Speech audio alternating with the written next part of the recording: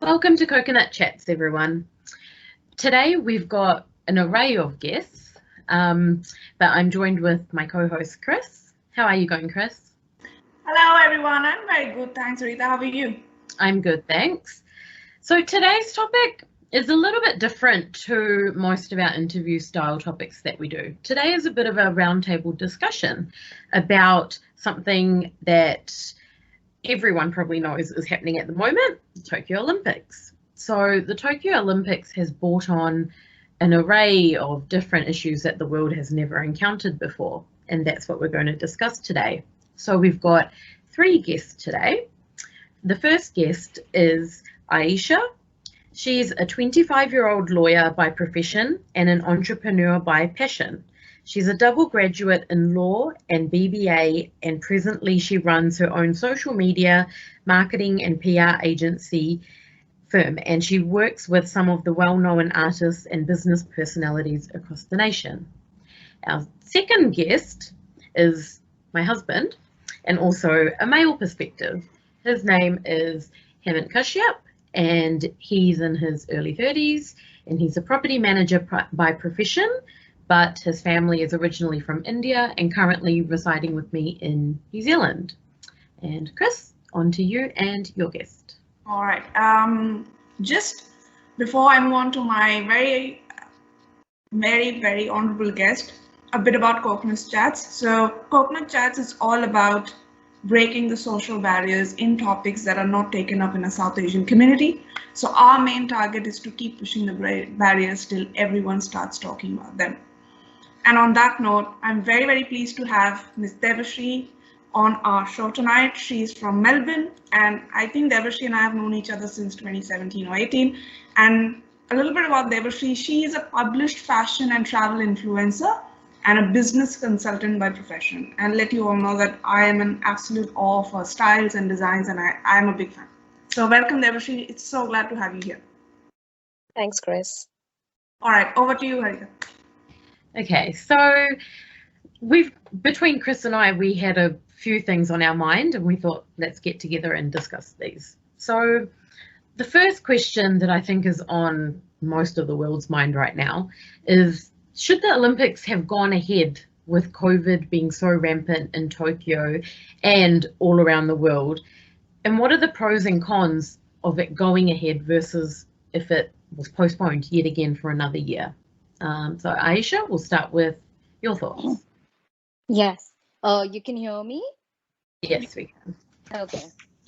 So despite the surge that is happening in Tokyo and globally, I am all in support of the Tokyo Olympics. Tokyo is an extremely progressive country, and every event the Tokyo Olympics has been and will be held with utmost care and precautions. When we talk about participation, the participants, Olympic comes only once a year. And for that one single event, for an athlete, years of hard work goes into preparing it. So I personally feel is that whether you win or lose, it is an opportunity for every athlete out there to represent, their country. And it's like a sheer pride for all of them to get onto that global level. So, for me, it's like that, we're considering the hard work that goes behind preparing, for the Olympics. And I think that, the only con that I feel is that some nations are not getting, despite the circumstances that are surrounding us, another con to this is that some nations cannot participate. So which is extremely unfair to the nations out there who cannot participate because of, maybe the travel ban, the travel restrictions, and so and so. But right now, why I am all in for it being held is because of the extensive hard work, all the blood, sweat, tears that have been put in by the athletes and the hard work. It was just wrong to cancel it. So that is my personal opinion. Yeah, good thoughts. Yeah. What about you, Hemant? I kind of agree with Aisha and her points there. I think it should have gone ahead, which is great that it's going ahead right now. As you were saying, all the hard work the athletes have put in over the, it could be 2-3 years, and it's a 4-year event. Last year was obviously cancelled because of COVID, and is it worth cancelling it again this year because of COVID? So what are we? We've got like 2 years left. It's an uncertain world at the moment. Even next year, who knows? It could have been cancelled. And then what? We're left with 1 year, and the next Olympics would have been in 4 years from 2025. And yeah, it's all about the mental aspect of the athlete as well. They lead, all that training that's been involved. They have to, not having it last year, they had to restart again for it to happen again this year. And all that mental aspect of, training and all that hard work gets thrown out the window, and they have to start all over again. So, it's a good thing that it went ahead. Obviously, yeah, the cons, which I also mentioned about, some countries weren't able to make it because of, the COVID situation that's happening now. But yeah, I'm all for it, and I'm good to see that it's going ahead at the moment. What about you, Debasri?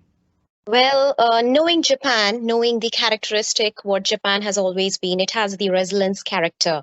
Whether be tsunami or whether any kind of earthquake, it has always bounced back. So I'm happy that they are doing this Olympics in perspective of their economical and financial situation, because the government has put in officially $15.4 billion into Olympics. Well, Olympics is a big thing. When Brisbane got awarded for 2032 Olympics, it has got 10 years to plan and do it. We do not know another pandemic is coming that time.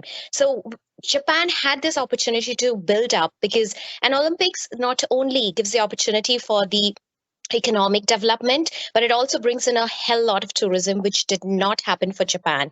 So, well, a lot of people said that you should be doing, like 40% said you shouldn't be doing, 60% said you should be doing. I believe they had a bit of, should we or shouldn't we? But in perspective, like, if I'm sure they are not earning money, I'm sure they are going into loss. But having stayed with that resilient character, they have shown the world that no matter what happens, if you're committed to something, you got to do it for the benefit of the country and for the benefit of the athletes as well, because they lost 1 year. So when we see Olympics 2020, we get us a reminder that we have lost a year. That could have been in terms of the financial loss as well for the country, as well as for the athletes' loss, career loss as well. But going forward, they have shown the world again that yes, how resilient a country can be in spite of being and stuck into pandemics. Their numbers are growing, but still they have shown that yes, we can bounce back, and we can still show that yes, no matter what happens, the game must go on. It's actually quite refreshing hearing the three of you pretty much have the same point of view, because I mean, me and Hemant have had this discussion before, and I've actually been saying to Hemant, the Olympics shouldn't have gone ahead, because every day you hear on the news that this athlete in the Olympic Village has got COVID and they have been in contact with 3 other people and this, and I keep saying, oh God, it's going to turn into another bubble. And like, yeah, but it's good to see your views, because now I'm starting to see why it should have gone ahead, and that obviously there were going to be issues, but I think they've actually done a pretty good job of making sure it didn't blow out of control. Move on. Yep. I heard all the 4 of you and your perspective. So I was just reading Al Jazeera, and they've said that Tokyo has surged to a maximum of 4,058 cases on Saturday, which was their highest from the first time Olympics started, right? Yeah. So they've surged to the highest cases, and all of the Olympic village and cities declared for a state of emergency. So my little question before we move on to the other aspect is, how fair is it to the locals of that place that they are being treated to a state of emergency while you're going ahead with the Olympics? Like, this is a sport, mental health of training and athletes is important. But if we consider the condition of the locals, how fair is it for them to be in emergency while something of the sort of Olympics is going on? Aisha, will quickly start with you and follow the same pattern. I'm sorry, could you repeat the question? The question is, Aisha, so Tokyo has recorded a high number of 4,058 cases yesterday. Yeah? Okay. And that area is in a state of emergency. So I'm saying, although Olympics is going on, how fair is it for locals to be put into a state of emergency just so that Olympics can be moved on. It's absolutely not fair. So, with the surge in cases, of course, it depends on the location. See, there are two perspectives to this. Number one, we are prioritizing the athletes that have put in sheer hard work for years, but at the same time, you are putting number of athletes, a number of people living in Tokyo, especially with such a high rise in the cases. It was absolutely not worth the risk. I definitely agree that you're just putting a lot of lives into risk, and we've lost a lot of people due to COVID. I mean, even with a lot of utmost care and precautions, this is what I personally feel is that, they could have postponed, when the cases were maybe lesser at the time, but I just feel that is just not worth the risk. It's not, especially, putting so many lives at stake in such a pandemic. Sure. Hemant, your thoughts? Well, it does come down to a lot of marketing and costs involved and broadcast costs with the Olympics. I've got a stat here which says the IOC is thought to make around 70% of its money from broadcast right and 18% from sponsorship. So if anything does not go ahead, a lot of it will fall on Tokyo or Japan itself and their financial costs to, pay back the IOC if anything does go wrong. Look, everyone's got their own protocols, and I think Japan the athletes' village are doing the right thing right now. They've separated themselves from the public, and I think that's the good thing with, this whole external COVID situations happening in Japan. Yes, we're hearing it's the record numbers, but who knows? The numbers could be fluffed as well. We don't know the exact truth because they're not coming out and saying it's all media numbers that are popping up. They're trying to put the negative aspect into something positive that's going on in Japan at the moment. Yes, the people might not agree with it or the public, but I think a few people have said yes, they are kind of agreeing to it now that it's sad that they can't attend any of the games, but that's something positive that's happening in their country and they can watch it from their home and they can just watch and be happy that Tokyo is representing the whole world with the Olympics at the moment. Devashri? Well, I feel Japan, if you see the numbers, the vaccination rate of Japan is the lowest if you consider with the rest of the world, in spite of having the world-class medical facility. Now, we have been in this pandemic for 18 months now, and Japan knew that they would be hosting Olympics. Coming back to your question, the people having faced the medical emergency, as you say, that they are currently having a case surge, it has got to come whether they had Olympics or not, because rightly, a lot of you have said that the Olympic Village has been separated and they are doing a world-class facility in keeping those people away from the local public. Obviously, there are no crowds, they are not cheering. There is a massive no ticketing events happening. So Japan should have estimated and should have acted according to their vaccination criteria, because as per the numbers, they are the lowest. Why they have been the lowest? Because they couldn't concentrate, or they are not able to surge up their vaccination rate in order to protect their local. Probably their idea of, vaccination is not the ultimate goal to prevent people from, getting infected with coronavirus. So I don't think that there is anything they would be thinking that why we went ahead. And it has got, the people at large shouldn't be thinking that because of Olympics. I don't think Olympics had got nothing to do with the case surge. They are working in isolation. The people are in isolation. There is no crowd coming. People are watching from TV, and they are minting money only through the broadcast to Japan. And that's the only thing they are getting at the moment. I don't think any combination or an intersection happening between the crowd. So even if they are having a surge, probably they have got their internal issues. Probably they are not socially distancing. Their vaccination is not up to date. I don't think that there is finger to be pointed that because of Olympics this is happening. I don't think. When you see the games, they are immediately, once they're coming out of the game, they're sanitizing, they're putting their mask on. Maximum they could do. And every athlete is vaccinated, double vaccinated. So obviously if you're double vaccinated, you can be asymptomatic, but you are not, you're not falling sick, and there isn't any health concern over there. Yeah, good points. I think another kind of slightly related but also a side note is I read online somewhere, I can't remember which website, but when I was kind of thinking, oh, why did the Olympics go ahead? Like, they could have just postponed it one more year because, touch wood, hopefully the pandemic will be much lower next year. But I read online that they were only allowed to postpone the Olympics until this year. They actually were not allowed to postpone it one more year because then that then has a flow-on effect with the Winter Olympics and then the next set of Olympics and the Commonwealth Games, etc., etc. So they were physically not allowed to postpone it until 2022. So if they didn't go ahead with it this year, then that's it. Tokyo's missed its turn and it's on to the next.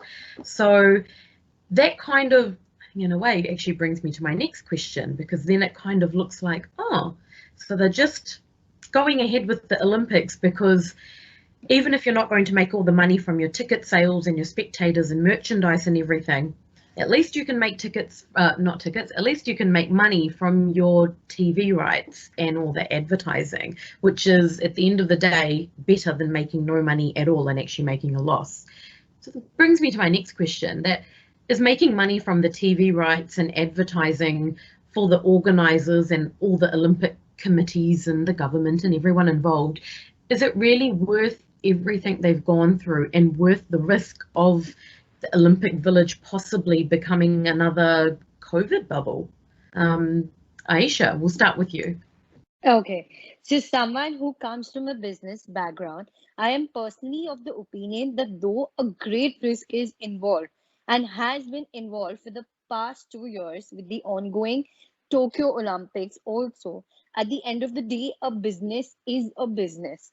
Is it worth the risk? I feel it is absolutely not worth the risk. However, the people employed with those advertisers, with those marketing companies, and whose livelihoods and their family's livelihood depends, it is extremely crucial for them to earn that money. I mean, I feel that, despite the circumstances we have seen, everyone around us has seen so many people lose their jobs. We have seen so many businesses fail, go bankrupt. So what I feel is that, since their livelihood depends on it, not just the owners of the companies, but the employees, it is absolutely their right to, earn that sort of a money, despite the circumstances, which is not in favor of them or the people around. I think that, their families just depend on that sort of income. So, I mean, that is my point of view. Yeah. Hemant, what are your thoughts? I think what they've done, it's worth the risk, and it's, as I said, they had to do it. Eventually, it had to be done. They couldn't wait till next year. As Rita was saying, they probably had a contractual situation in place where this is probably the final year, and for any, what I said about my stats before, all the marketing rights which Japan would have had to pay back the IOC or something for that, wouldn't have been worth it for them. But I think what they've gone ahead with, it's perfectly fine. And Debasri, your thoughts? Well, I think it's worth the risk. Japan has shown the world that going into uncharted territories can mean you're making or creating history. Well, the pandemic is not going anywhere. We are going to live with it for a couple of years coming by. So you got to stick to your own ethics and what you want to do it. And I totally agree that they have not put anybody at risk. They have done, obviously, the vaccination rate has been very slow, which is something which the government had to work on, and they didn't. But going forward to the Olympics part, they have shown the world that yes, if you stick to something, you got to do it, and also given a form of entertainment to everyone, and earning money from the TV rights. They don't have any other option. That's the best thing they can do. In Australia, we are watching it for free, but I'm sure in Japan, a lot of people are paying for it, and earning money has not always been a part of the business. I mean, obviously, every Olympic hosting nation wishes to earn more money. I'm sure Brisbane is hooking onto it in 2032, but Japan didn't unfortunately have the opportunity, but ultimately they did it. didn't have a bad name in the history going back, that they had an opportunity and they did stand by it, given to the fact that Japan has always been resilient to everything they came by. I mean, their nation has been smashed, they came upon it as a resilient. I mean, their countries have gone, their cities have gone, but yet they produced stars, and Japan has been leading in a couple of gold medals too. So I think there is no harm in saying that they are, if they are minting money through TV broadcast and everything. I'm sure that they are doing the right thing, and I'm sure they should be doing it, even if they are going into loss. I come from a business perspective, but I still feel that what they have done. I mean, Olympics doesn't happen every year. If you got it, if you've been awarded, you better go ahead and do it, no matter what. And this pandemic, it's definitely not going anywhere. It's going to live. We got to know how to live with it, coexist. Yeah. Chris, do you have anything to add before we move on to the next question? No, I'm all good. I'm just very seriously listening to the guests. Yeah, so really good points across the board. It's like a lot to think about, I think. I guess so now we're moving a little bit on to the mental health side of it in a way. So these are the first Olympics where none of the athletes were allowed to take their families or friends or basically anyone outside of their training team with them to the Olympics. And we've seen on the news and, you know, social media and everywhere that some of the athletes have got homesick because their parents are watching from the countries they're originally from rather than being in the front row of the stands, you know, as their number one supporters. So I guess, how do you think it feels to the athletes that they were not able to take this support network that, if it was any other Olympics, would have come with them? Aisha, we'll start with you again. To begin with, my heart goes out to all the athletes who couldn't bring their loved ones, the support networks out there. Because if today, as an athlete, I would want my family by my side, cheering for me, rooting for me. I mean, representing your nation on an international level, on a global level, you tend to get nervous, you know, the nervousness, the anxiousness, and only a loved one can help you calm down that. It can, you know, having a loved one by your side obviously makes a lot of difference because you don't feel that pain.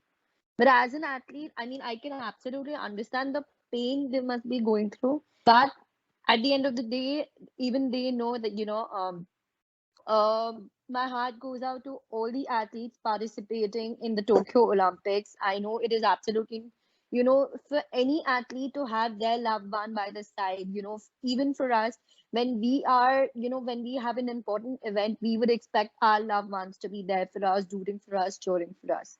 So even though they might be, you know, feeling a little low because the loved one could not come or their support networks couldn't come, I'm sure they must know that, you know, they're loved and their parents, their friends, their family are cheering from their home countries. This is what I'd like to say. Yep. Emma? Yeah, it is quite sad that family members could not attend the Olympics at all. You know, all the hard work the athletes put in for all the years to, you know, get to the actual Olympics. But the positive side has been, like, I've been watching Olympics myself, you know, they've set up media to go to their houses and, you know, support them. If they win a gold medal, everyone's around them cheering them on or whatever it is. There's, like, Auckland, for example, had set up, you know, a base where all the athletes' families can all go into one and, you know, view the sport and support each other. And even right now in the Olympics, they've had, like, all the team members, like for the swimming, for example, they've had, like, they'll get everyone involved and cheer them on and, you know, just give them the extra boost of morale. And, you know, it's a good thing that they've got teammates behind them to support, you know, in any way possible. You know, because families, obviously, yeah, having families there from the start it makes a difference. But, you know, yeah, I do feel for the athletes, and it's just one of the unfortunate things. But, you know, with social media, with media these days, I think they're trying to make up for it. And yeah, so it is quite sad, but yeah, it is what it is, unfortunately. And finally, you, Debasri. Well, I definitely it's not something they have been used to it, but looking at the brighter side of it, their team members, their coach has been extremely helpful and supportive. The moment they finish their round, they're given hugs, cheers. I mean, sure, if you don't have a crowd cheers you up. A known face makes you happy, feels makes you feel motivated. But can't we look at the brighter side, wherein there are no somebody who are distracting you, because obviously if you have a known face in the crowd, you are always at the spotlight thinking, oh, I have to give my best, rather than putting your mind at peace and giving your best and coming out of it, because the world is small these days. Everybody's on social media, like somebody winning a gold medal in Australia, immediately their parents are caught up in the news. I mean, there is no dearth of getting support virtually. So I would say it in a different way, that they are not distracted. They are not put at the spotlight. They are not put at a pressure. Oh, somebody's looking at me at that corner through my eyes and I got to perform. No, there isn't. Be at peace, keep your mental state at peace, and perform and give your best. Probably that will probably make you come out the best of you. I think it's a different way of enjoying life, and I mean coming out and giving your best, because the world is different now and we got to accept the new normal. Yeah, very right. A lot of you spoke about mental health side of things, of family not attending, etc. So I'm pretty confident that we're all aware that this Olympics saw a lot of things happening just on the mental side of things. One of the main highlights this games was Simone Biles stepping down, right, citing obvious mental issues. What does this reflect upon? Like, if she had progressed, I'm sure she would have done her country proud. She's an amazing athlete, but she stepped down, citing that her mind and body were not in tandem. What does this reflect upon? And do you guys think that this constant pressure to succeed, to win the goal is somehow crushing our souls? I shall start with you. Yes, so I feel that there is absolutely for anyone, it's not just for the athletes, but every person out there is a constant pressure to succeed, which has been constantly crushing our souls. I think it is absolutely fantastic that Simone pulled out of the ongoing Tokyo Olympics and chose to focus on her mental health. So let me say that your mental wellness is extremely important and trumps almost everything in life.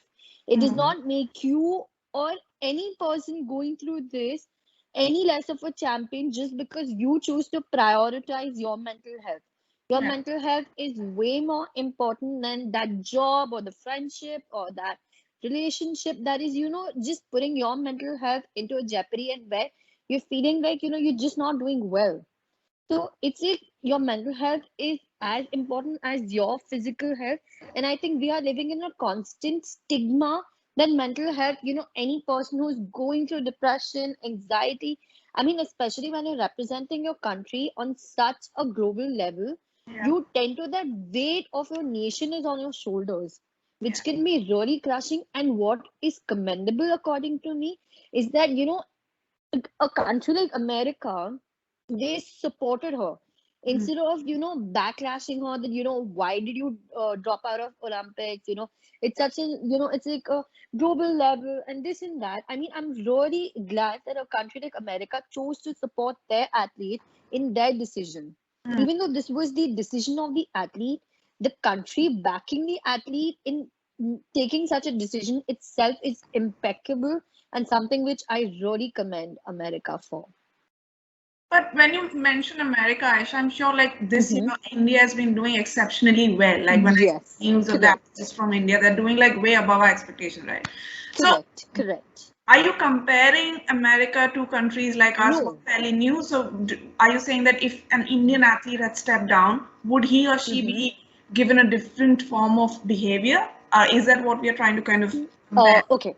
So now I am not comparing, first things first, I am not comparing India to America. But now let us take the circumstances in the US and let us take circumstances in India. In India, we are constantly stigmatizing mental health. If any of the athletes would have come out and said that I am stepping down due to my mental health reasons, a lot of people would have not accepted that athlete and would have just backlashed at her. And this is the truth. This is the reality in India. Mental health is not considered a priority, and which is really sad. Yeah. Because I have seen people lose their lives. One of the actors, Sushant Singh Rajput, lost his life because there was nobody to support him. There was, mental health for a while when Sushant committed suicide. I mean, people just started prioritizing for a while. This just went on for 2 weeks. But as the news faded about Sushant, it's just back to normal. Nobody really prioritizes mental health in India. And this is just the sad reality of our country. So irrespectively, even though America chose, I'm not saying that people are not, people in the US also, there are some of them that might not accept, they just feel that, there's nothing known as mental health or prioritizing mental health. I think the situation in India is extremely sad. And they chose to, support the athlete, but in India, the circumstances would have been completely different. I agree. This is again just my personal opinion. So this is just the sad reality of our country. To some point, I agree too, Aisha. Moving on, Hemant, what are your thoughts on Simone stepping down? I've been looking up on Simone Biles and her situation. My perspective is different because it comes down to mental health and it also comes down to preparation and the mindset of the athlete. I've done a lot of research on this, and then for her situation was that the particular move that she does in her gymnastics sport, which is like twisties, played like a mental block to her. So the timing of it wasn't ideal. She's also come back and said, she felt upset that people were calling her a quitter, but she was actually meant to be on the field today, but she backed out. So what happens is with the twisties, it's like it only happened to her after the competition. So the problem that happens is that it affects her mind. So because they move around so much, their head just starts, they're not focused. And she's been experiencing this for a while. She's experienced it before many years ago, but she went through it, like she fought it. But I think this time being on the main, big stage, it came out and it affected her, a lot more than what it did in the past. And I think that's what she said. I don't think people realize how dangerous it is, especially on a hard competition on surface. And then she just forgets to twist, which is her actual move. Like why, that's the main move. Like, you have to it's gymnastics.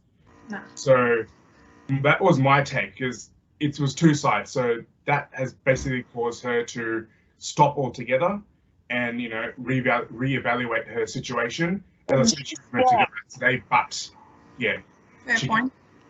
Devashri, now you've heard two sides. What's your side on this story? Okay, my side is very different. Well, I feel she has been in this situation now. She has won 6 times gold medal. So she knows the pressure, she knows the competition, she knows what goes into it, and she had done all the preparation. I understand that when you are not mentally fit, you can't perform well. But are we not looking at the other angles, what goes into it? She doesn't have a support standing in front, seeing where she is.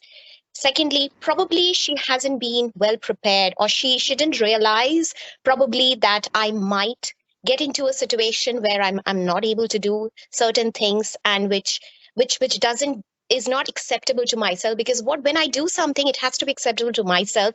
Second, it has to be acceptable to as a competition by large, the bigger picture. And thirdly, I'm happy that she spoke about mental health. Very important that she did. But speaking is one thing, and quitting from the games is another. What she has gone through, the thousands and crores of hopes which was lying on her shoulder, I agree it has been big, massive, huge. She couldn't take it. That's mental. But what about the preparation she went through? Was it right for her? She could have taken 2-3 days off. She could have. The other girl who covered her up, I mean, she did pretty well. I mean, it's good to have a team spirit where she pushed another girl to take her part. But what about quitting and saying no to her single, competition where she would have easily won gold? And everybody knew she would have, or anything silver. I mean, not only pushing for gold. I mean, we all talk, we are making mental health a big issue. I mean, I have been through panic attacks. I have been a mental health person by myself. I had nobody supporting me when I was pregnant in Singapore. I was working at a 45 days of pregnancy leave in Singapore. I was traveling, leaving my 12-day daughter to Paris for 12 days. I mean, we all go through. Come on, we are women. We are born with it. I mean, making it a big ruckus doesn't take you anywhere. I mean, people will appreciate you today. After 10 years or after a few years, it will be go down the drains and grow down in the books. She had an opportunity, she couldn't do it. I mean, it's good to talk about it, get supported, grow up, brush yourself, stand up again. I mean, it's not something which you carry along and, you live with it. You don't live with it. You brush it off, you talk about it, you rub it out, you gather again the strength and you fight for it. Where is the sportsmanship? I can't see a sportsmanship in her. I'm sorry. There is no. I mean, especially if you're an Olympiad, there has to be something to make you that out of the block. But when you mentioned this, Devashi, maybe the pressure on her was so huge and humongous that she just, again, we come back to the point that we always are expecting gold. That, look, you have to get the gold for this country. What would happen if she had gone ahead and she just won a silver? Would the country or would her people be forgiving? Because she's been expected to stand at this pedestal and now you've just got a silver. What were you doing? What were you thinking? Well, PV Sindhu was also expected to get gold yesterday, right? She was supposed to win that match, but she couldn't. But that doesn't mean people said that, you have to get gold. We are happy to get a bronze as well. It's all about, my question is all about sportsmanship. I mean, you are a sportsman. You are supposed to stand a way level higher compared to the rest of the crowd. I mean, I'm nowhere near a sportsman. But if you got to do something, you got to do it well. You have issues. Everybody got issues. We are all human beings. We have our fair bit of mental health, mental issues, everything. But at least you got to give a try. Whether you win or lose, that's a part of the game. Whether you earn gold, silver, or bronze doesn't matter. At least you gave a try. At least the world knew that you gave you a try. It didn't happen. Fair bit. But of course, you got to get your mind sorted. You have a mental issue, sit down, speak to somebody, talk to yourself, understand what goes around, settle your mind, get up and go for it. She had so many days to think about it, and finally she withdrew the news which came yesterday. So I am definitely not for against it. I do not know what goes into, probably she's not speaking out entirely what goes into it. Probably there is something which will come up later, but I am definitely not for it. Fair enough, that's your point. And I think this question saw 3 different points of view, which is great. Probably when the listeners get to hear you all, they have their own viewpoints. We will get there later. The next question is for the ladies. So Aisha and Devashri, speaking about sports in general, what we have just currently seen is there's a lot of sexism that has been happening. Yeah? For example, these German players wearing full unitards. To all the Norwegian beach handball team, they got fined for wearing shorts rather than wearing the usually bikini costumes. What are your takes on this global sexist approach in sports in the 21st century? Aisha, I'll start with you. Okay, so from German athletes wearing full unitards to Norwegian athletes getting fined for wearing shorts instead of bikini bottoms, it is a well-known fact. It's not just the athletes, but that we as women are still battling conventions as to how we should dress. I support every female out there, irrespective of what they choose to wear. Because at the end of the day, you do not have the right to comment on what a woman should wear for any of the events. I mean, if you are not going to tell a man, if you're not going to tell him that, ask him to go change what he's wearing and to, stick to the norms set out by the event management, by the Olympics itself. I mean, with changing times, we as women are choosing to, this is like a protest. This was in rebel to, what has been happening in the Olympics, and with changing times, we as women, okay, as athletes, as women, we are choosing to stand against the global sexism prevalent that we face in any, once in a while, every day, not every day maybe, but somewhere down the line, all of us have faced as women global sexism or sexism in general. Yeah. So such protests are definitely paving a way for us as women and female athletes to have more control over our bodies. Because as men, you do not have the right to tell us what to wear, whether it's in our daily life or whether you're an athlete representing your nation. It's a long, what I feel, it's a long battle out there, but every step taken towards fighting sexism is a step we are taking for other women. As female athletes, they are going to become an inspiration to so many women out there who do not, who are just so afraid to stand up. And I think this is incredible. Yeah. Women standing up for women, it's just incredible. It is. It is. It is. Your take on this? Well, Yes, absolutely. well, I totally agree to what Aisha said, because it's simple, my body, my rules. I understand there are certain code of conduct which you need to follow, but why those code of conducts are not always applied to men? Why women? Why we are put on spotlight?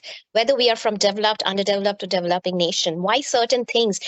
You cannot commodify. You cannot make women the we cannot, you cannot keep women always on the spotlight where the cameraman is always going down our glutes, up our glutes. I mean, come on, we understand a beach volleyball, it cannot always be wearing bikini and jumping in the water. Men are not wearing bikini bottoms, I mean, whatever you call them as.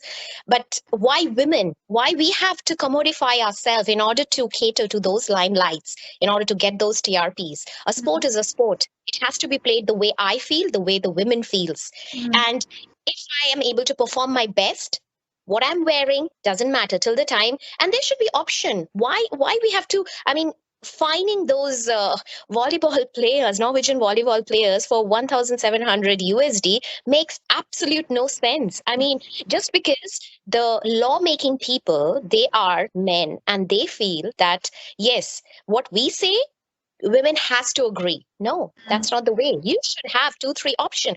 Can't wear bikini? No problem. If my religion doesn't allow me to wear bikini, tell me, am I not allowed to play in the volleyball team?